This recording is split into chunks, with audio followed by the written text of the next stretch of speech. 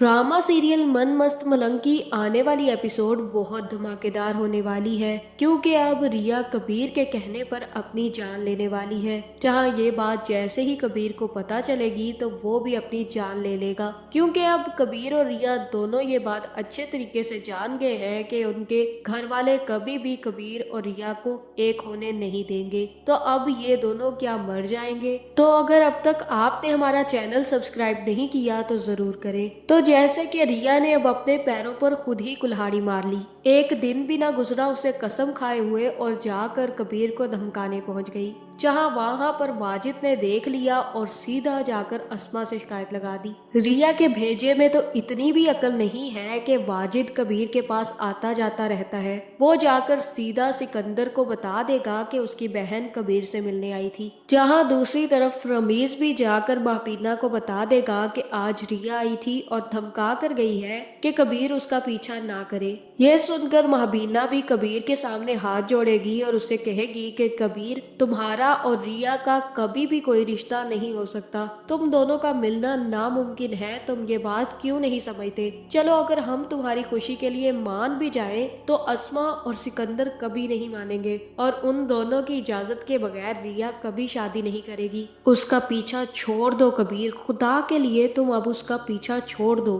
जहाँ पे कबीर कहेगा कि पता नहीं क्या होता जा रहा है तुम सबको, आज आप ये बात कर रही हैं और कल रिया ये सब कुछ कह कर गई है। वो कहती है कि मैं उसका पीछा छोड़ दूं। जहाँ फिर माबीना कहेगी कि वो बिल्कुल ठीक कहती है, उसे अच्छे से पता है कि उसका भाई और उसकी आपा कभी नहीं मानेगी, इसलिए बेहतर यही है कि तुम उसका पीछा छोड़ दो। जहाँ मुझे तो रिया की समझ नहीं आ रही, कभी कबीर के लिए मरने लग जाती है तो कभी कबीर को अपने रास्ते में आने से रोक देती है। जहाँ फिर जैसे ही रिया घर वापस जाएगी तो अब अस्मा आपा को भी अपने बॉयफ्रेंड से खबर मिल चुकी है कि आज रिया कबीर से मिलने पहुंची थी। जहाँ फिर जैसे ही अस्मा आपा को खबर मिलेगी तो वह सीधा रिया के पास जाएगी और कहेगी कि सुबह की कसम तुमने दोपहर में ही तोड़ दी। तुम तो अपनी कसम शाम तक ना निभा सकी रिया। जिसके बाद जैसे ही सिकंदर आएगा तो अस्मा सिकंदर से कहेगी कि सिकंदर, शुक्र है कि तुम सही सलामत घर आ गए, वरना अगर आज तुम्हें कुछ हो जाता ना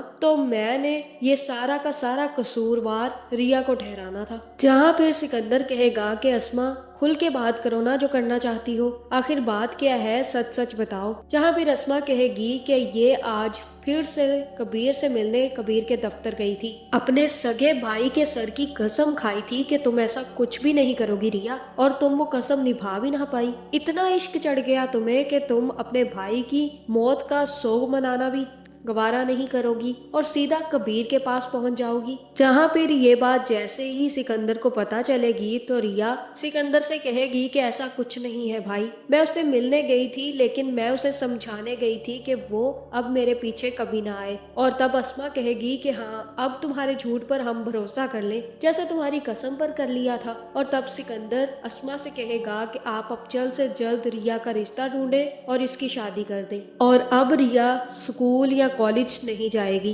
क्योंकि अब मुझे पता चल चुका है कि रिया को अब किसी भी कसम या किसी भी बात का पास नहीं है, इसलिए बेहतर यही है कि ये घर पर ही रहे। जहाँ एक तरफ तो अस्मा रिया के लिए रिश्ता ढूंढने लग जाएगी और दूसरी तरफ महबीना भी अपने बेटे कबीर के लिए रिश्ता ढूंढना शुरू कर देगी। जहाँ फिर महबीना कबीर से बात करेगी और उसे कहेगी कि मैं अब तुम्हारी शादी करवाने वाली हूँ, मैंने अब लड़की देखना शुरू कर दी है और मैं जल्द ही तुम्हारी शादी करवा दूंगी। जहाँ फिर कबीर कहेगा कि किसी भी मसले का हल शादी नहीं होता माँ, एक नशेई को नशे की आदत शादी के बाद भी रह सकती है। हम लोग ये क्यों सोच लेते हैं कि शादी हर मसले का हल है? हर इंसान के दिल का हाल सिर्फ और सिर्फ शादी होती है। शादी से ना तो नशेई ठीक होता है और ना ही आशिक, इसलिए बेहतर यही है कि आप लोग मेरी शादी की फिक्र करना छोड़ दें। मुझे जब भी शादी करनी होगी तो मैं आपको बता दूंगा। जिसके बाद कबीर रिया से मिलने दोबारा उसके कॉलेज पहुंच जाएगा, जहां फिर रिया तो नहीं होगी लेकिन रिया की दोस्त कश्यप मिल जाएगी। और तब कबीर कश्यप से पूछेगा कि आज रिया क्यों नहीं आई। जहां फिर कश्यप कहेगी कि रिया